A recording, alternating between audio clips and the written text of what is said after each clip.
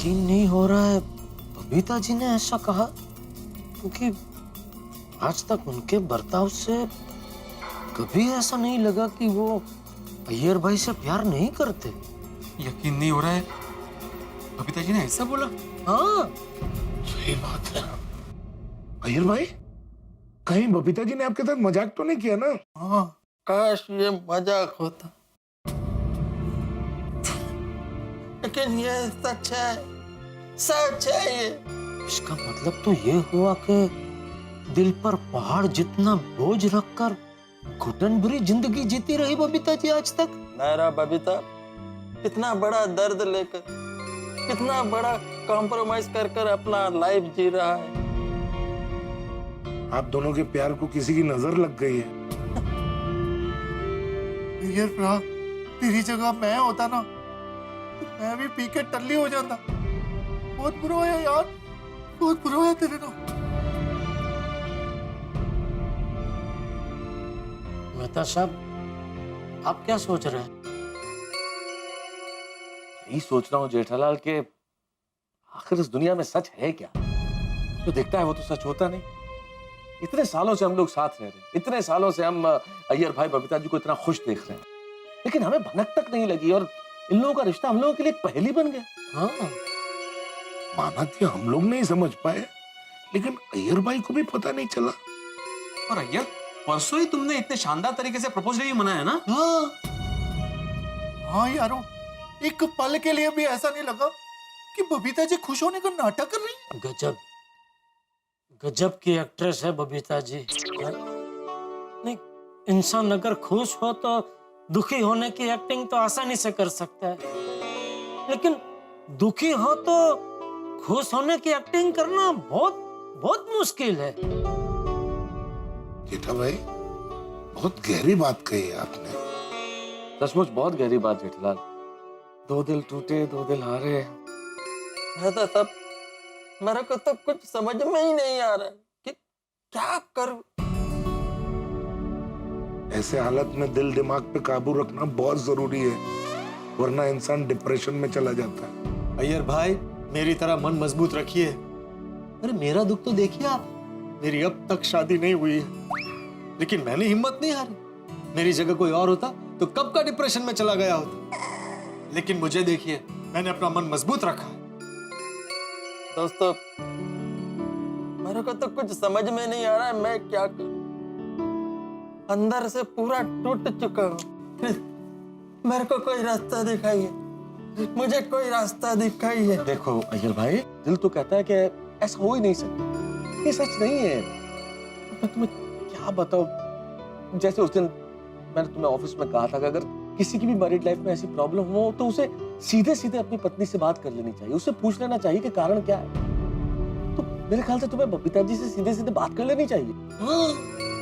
बबीता से बात करने का कोई फायदा नहीं है।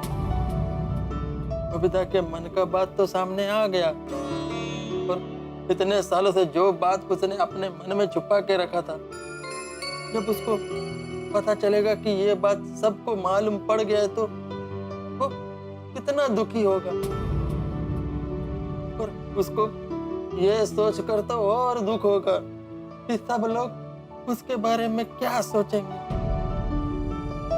भले ही बबीता मेरे से प्यार नहीं करता, मैं बबीता को बहुत प्यार करता हूँ। मैं उसको और दुखी नहीं कर सकता। नहीं, बिल्कुल सही कह रहे हैं यार भाई, आप बराबर है।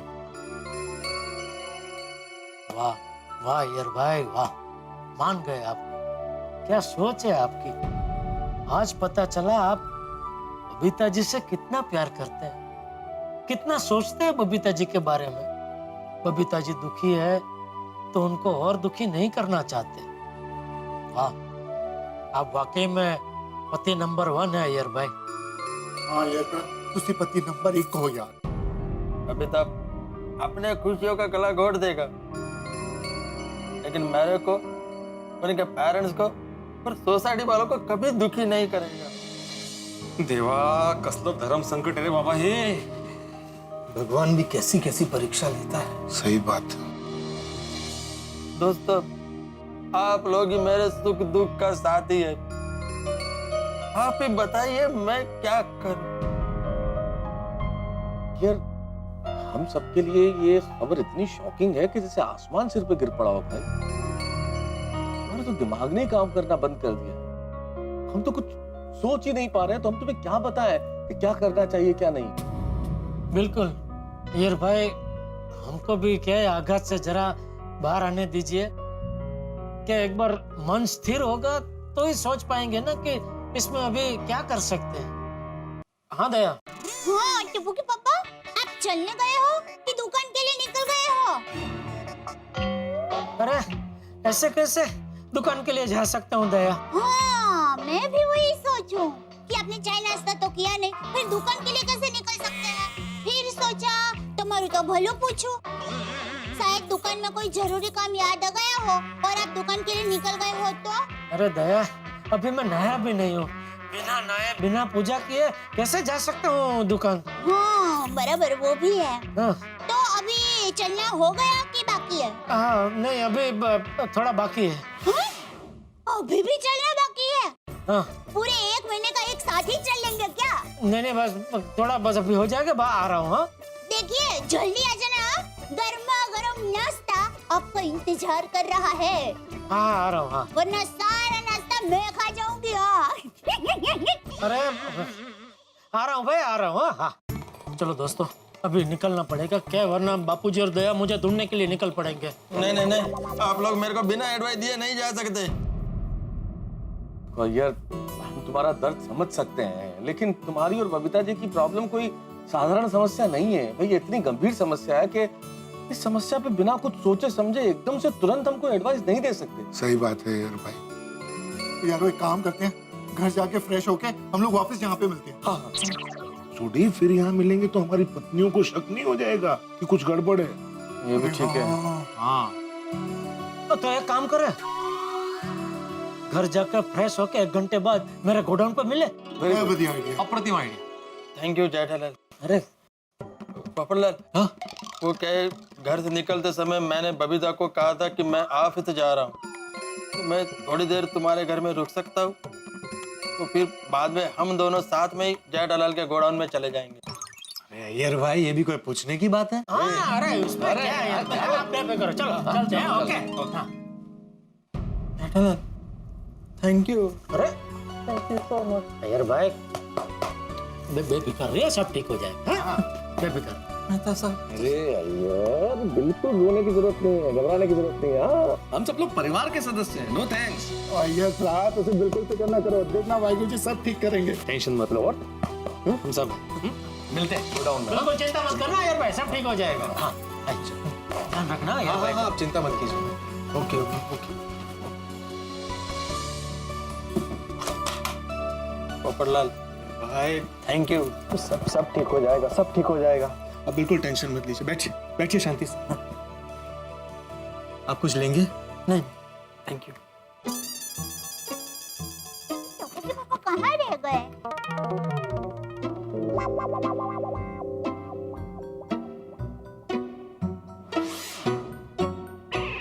अरे टप्पू के पापा, आप सब लोग तो चलने गए थे ना, तो ये शेविंग में से क्यों निकले?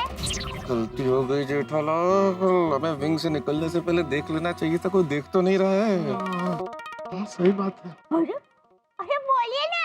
ये दया को आज क्या हो गया पता नहीं, बार बार बालकनी में आ रही है। जवाब दीजिए। अरे पर तुझे क्यों जानना है? ऐसे ही। अरे ऐसे ही तो छोड़ने में तुझे क्या इतनी पंचायत है? पंचायत? अरे उसने पंचायत क्या? मैं तो ऐसे ही कुतूहलवश पूछ रही हूँ। अभी देखिए, कोई इंसान अहमदाबाद जाने के लिए निकलेगा, पर वो नागपुर से वापस आएगा, तो कुतूहल तो होगा ही ना। बोलिए ना, टप्पू के पापा बोलिए।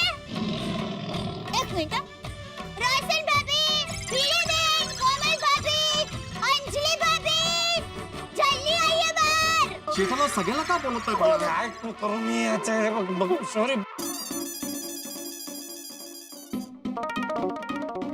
क्या हुआ दया दया भाभी, अरे वाह, आप सब चल के वापस आ गए।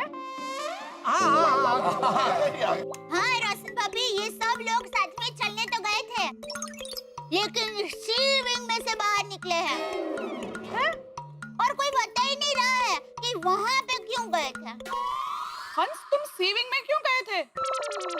हाँ तारक, एक बात तो है, आप लोग सुबह सुबह वो भी एक साथ चलने के लिए निकले, that itself says कि कुछ गड़बड़ है। चलिए बता दीजिए, आप सब में क्या खिचड़ी पक रही है? बोलिए बोलिए। हाँ, टप्पू के पापा बताइए ना, हमसे क्या छुपा रहे हैं? ओहो सत्यवादी, जवाब दीजिए ना। अरे माधवी, दया भाभी ने जेठालाल से जवाब मांगा है ना, तो जेठालाल जवाब देगा, मी कशाला मध्ये पडू उगाच। जेठालाल जवाब दो। जवाब? तुझे जवाब चाहिए? ठीक है, सुन। बोलिए, मैं तो बोल डालिए, बोल डालिए। बोलिए तारक, अब तो आपके परम मित्र ने आपको जिम्मेदारी दे दी है कि इस बात का जवाब दीजिए। तो दीजिए जवाब कि आप कहाँ थे और इस वक्त सी विंग से क्यों निकले? हाँ, तो इसमें कोई इतना सीआईडी बनने की जरूरत नहीं है अंजलि, कोई ऐसी बात नहीं है जिसके लिए ऐसे पूछ रही हो। जवाब दीजिए। हम सब लोग वॉक के लिए गए थे, जॉगिंग। हाँ तारक, हम सबको पता है कि आप चलने गए थे, पर प्रश्न ये है कि चलते चलते सी विंग से कैसे निकले?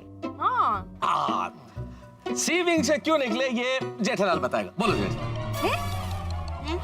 तारक, हम सबको पता है कि आप चलने गए थे, पर प्रश्न ये है कि चलते चलते सी विंग से कैसे निकले? हाँ, सी विंग से क्यों निकले ये जेठालाल बताएगा। बोलो जेठालाल। ठीक है, फिर बता ही देता हूँ। हाँ, बता दो आज। हाँ, बता दो जेठालाल। बोलो आता काय लपण। अंजलि भाभी, सब लोग सुन लो, सब लोग एक साथ सुन लो। हम लोग सी विंग में पोपटलाल के घर पे चाय पीने गए थे। चाय? क्या वो हमारे साथ चलने नहीं आया ना, तो रास्ते में आते आते हम सब ने नक्की किया कि चलो पोपटलाल को सजा देते हैं। उसके घर पे जाते हैं, सब चाय पीते और उसका सारा दूध खत्म कर देते। और सारा दूध डाल के मैंने पंजाब स्टाइल दूध वाली चाय बनाई और सारा दूध खत्म कर दिया। ओह अच्छा। लेकिन सिर्फ चाय मिली, साथ में बिस्किट वगैरह कुछ नहीं था। बिस्कुट होता ना तो चाय का मजा और बढ़ जाता। लेकिन चाय चाय लेकिन जबरदस्त बनाई है सोडे ने, सोडे मजा आ गया। रोशन, घर पे तो कभी चाय नहीं बनाता है। ओह रोशन डार्लिंग, ओ यार तू इतनी बढ़िया अमृतसरी लस्सी बनाती है, चाय कौन पिएगा मेरे हाथ की बनी। अरे कमाल चाय बताई यार। जबरदस्त मजा आ गया। थैंक यू यार, थैंक यू। मस्त बनवलं त्याच्या। अच्छा हुआ यार सुबह सुबह ऑफिस चला गया, नहीं तो आपको उसके लिए अलग से कॉफी बनानी पड़ती। हाँ, बबीता जी का ये हंसता चेहरा देख के कोई ये नहीं कह सकता कि अंदर से वो कितनी दुखी है। क्या बात है, देखो अय्यर भाई को और सीखो उनसे। सुबह सुबह तैयार होके फटाफट ऑफिस निकल गए और आप सब चलते चलते सी विंग में चाय पीने चले गए।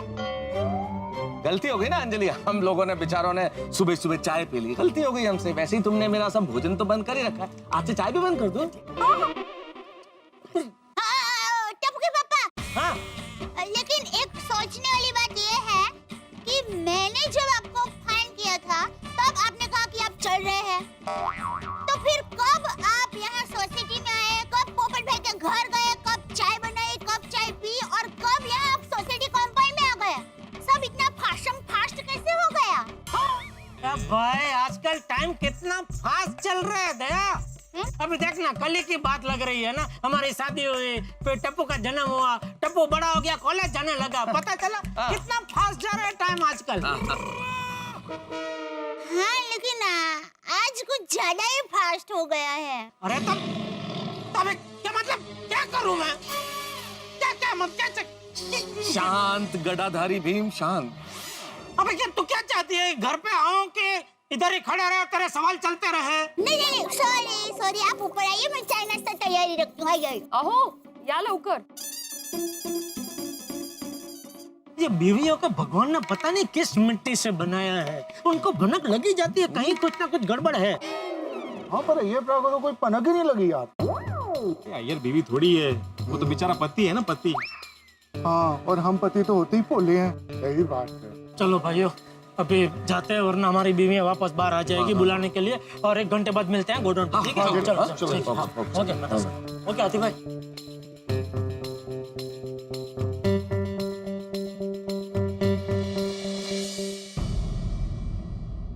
बेचारे अय्यर भाई, शादी के इतने साल बाद पता चला बबीता जी उनसे प्यार ही नहीं करती. पर मेरी समझ में ये नहीं आ रहा है कि जब बबीता जी अय्यर भाई से प्यार करते ही नहीं है तो फिर शादी क्यों की, वो भी लव मैरिज. आखिर ऐसी कौन सी मजबूरी थी. ना वो शादी करते, ना इतने साल उनको इतना दुख झेलना पड़ता. पता नहीं कितना दर्द बर्दाश्त किया होगा इतने सालों में. कितनी रातें, कितने दिन, कितने पल अकेले में चुप चुप के रोए होंगे बबीता जी. आखिर क्यों इतने साल बबीता जी चुपचाप दर्द का सागर खुद में समेटे रहे, क्यों. मुझे लगता है एक बार किसी को उनसे इस बारे में पूछना चाहिए. कौन पूछ सकता है. मैं पूछूं, मुझे बताएंगी.